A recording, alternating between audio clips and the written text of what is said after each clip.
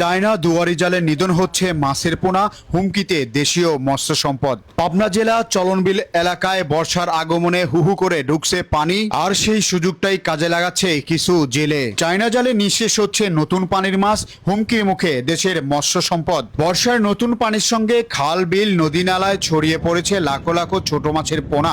এই সময়টাতেই প্রকৃতি এবং প্রাণের জন্ম দেয় কিছু কিছু অসাধু ব্যক্তি নিষিদ্ধ চায়না জাল ব্যবহার করে সেই ছোট ছোট পোনা সহ সব ধরনের মাছ নির্বিশ্বাসে ধরে ফেলছে। এই ভিডিওটি সচেতনতা বৃদ্ধির জন্য করা। ভিডিওটা এমন ভাবে শেয়ার করবেন যেন উপর মহল পর্যন্ত চলে যায়। একটি মাছ বড় হতে সময় লাগে, কিন্তু একটি চায়না জাল কয়েক ঘন্টার মধ্যেই হাজার হাজার পোনাকে শেষ করে দিতে পারে। এভাবে চলতে থাকলে নদী খাল বিলে মাছের উৎপাদন মারাত্মকভাবে কমে আসবে এবং ক্ষতির আশঙ্কা রয়েছে। পাবনা জেলার বিভিন্ন খাল বিলে অবাধে ব্যবহার করা হচ্ছে নিষিদ্ধ চায়না জাল।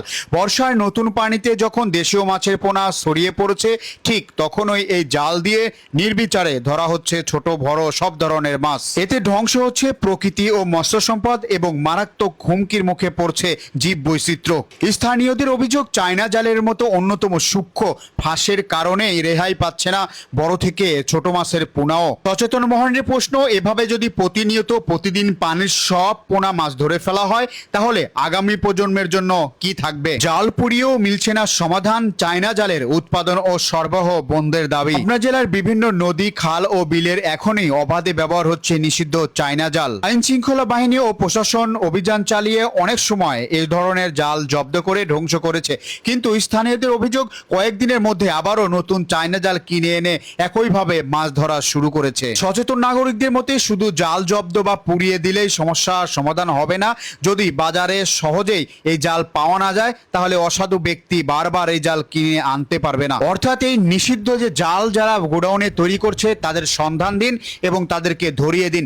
এই জাল একটি দেশের জন্য ক্ষতিকর, একটি মৎস্য সম্পদের জন্য ক্ষতিকর, প্রকৃতির জন্য ক্ষতিকর। এখন জনমতে প্রশ্ন একটাই, শুধু নদী থেকে জাল তুলে পুড়িয়ে দিলেই কি সমাধান হবে, নাকি অবৈধ সরবরাহের উৎস বন্ধ করেই মৎস্য সম্পদ রক্ষার স্থায়ী সমাধান খুঁজে পাওয়া যাবে? চায়না জাল শুধু নদী খাল থেকে জব্দ করলেই স্থায়ী সমাধান হবে না।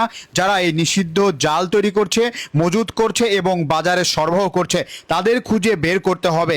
আইন শৃঙ্খলা বাহিনী ও সংশ্লিষ্ট প্রশাসনের প্রতি আহ্বান, উৎপাদন ও সরবরাহের চরিত্রের বিরুদ্ধে কঠোর ব্যবস্থা নেওয়া হোক। আপনাদের এলাকায় যদি কোথাও অবৈধভাবে চায়না জাল তৈরি মজুদ বিক্রি দেখেন, তাহলে দয়া করে নিকটস্থ থানা, মৎস্য বিভাগ এবং প্রশাসন আমাদেরকে জানিয়ে তথ্য দিতে